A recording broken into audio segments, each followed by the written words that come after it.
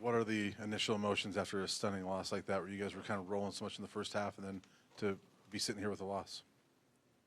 I feel like any loss is like you don't really take it that good. I don't think it's feel good losses. I feel like all losses feel the same. Dad was just talking about how he noticed complacency heading into the locker room. Yeah. What was his message at the half there? I'm not gonna lie, I don't even remember because I was just so locked in. I was just a different mind frame. You got to get in when you know you're playing 4 quarters. So really, I just like staying just focused and staying in that mode and really just carry that throughout the whole game. Do you feel like you tried to change the approach as an offense heading into the second half, or because it had worked so well in the first half, it was let's just keep doing it, man? 29 points.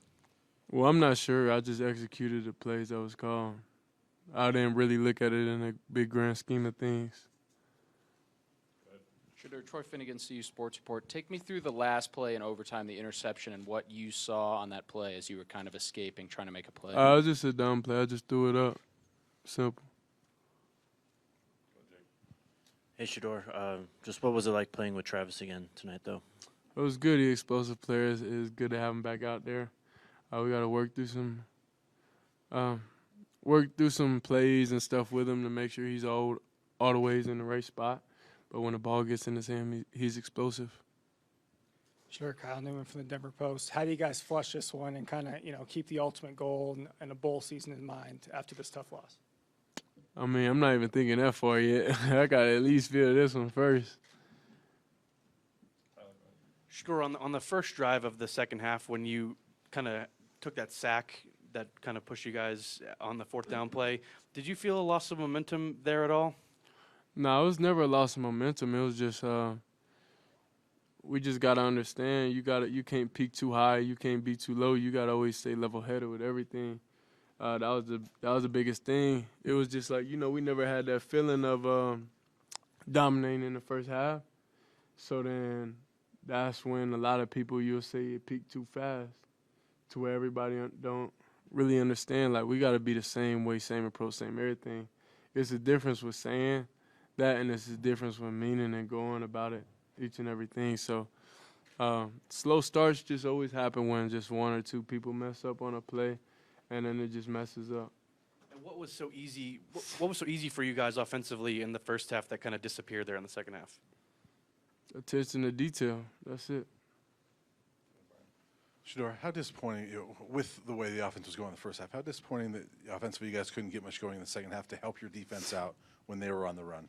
It was definitely frustrating because, like I say, it was one or two players away from really hitting explosive plays, from doing the right things each and every drive we had. So when you really, when we look at the film and what I noticed on the field is just all 11 players got to do their job, and that's it. We can't, because the stuff going to catch up when it catch up, and it caught up to us today. Folks from the outside, there's not much middle ground on you guys. There's lovers and there's haters, and you've addressed both of them.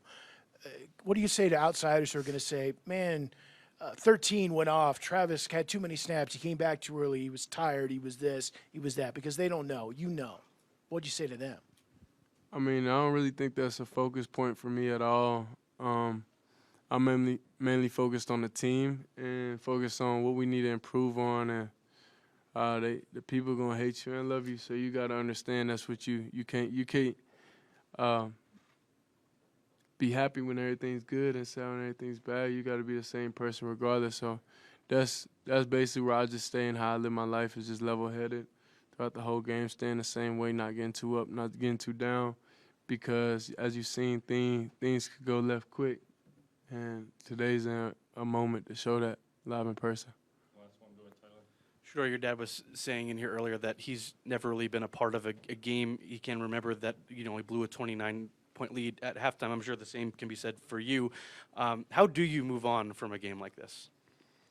I mean, we got to accept this one first, and it's just a different level of, I would say, focus, different level of attitude, different level of just seriousness because the little things, even like when we score touchdowns, we still busting routes. Like we just can't afford to do that because it's gonna catch up when it catch up. So that's the main thing. Like understand when guys busting routes and when I'm not making the right read, getting the ball in my hand, doing the right thing, then it gotta be some punishment for it. We gotta be able to grow from it and not keep making the same mistakes. Ralph Simpson with Audacity TV. First, I want to condemn you. What you did in the community, how you helped the community and your team. You know, Michael Jordan had to had some setbacks before he won championships. Yeah. The Detroit Pistons had to have some setbacks before they won some championships. Yeah. You got some championships coming. Yes, sir. Yes, sir. Some things happen for a reason, and y'all got greatness in you, and it's coming. For sure. Appreciate it, man. I feel the same way. Ariel, you want the last one?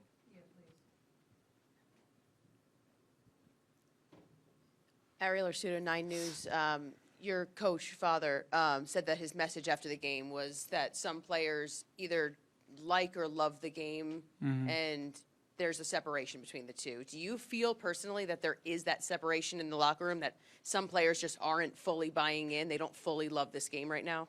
I mean, I'm not gonna point fingers. That's not what I'm here for. I let the coaches. That's what they're here for. They're here to guide us. So I can't really say that and throw no teammate under the bus because that's not what type of player I am.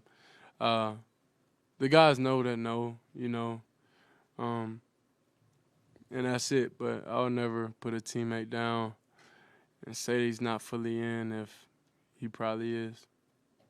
Not to name names or anything, but do you feel like that might be an overall vibe for some players? Possibly.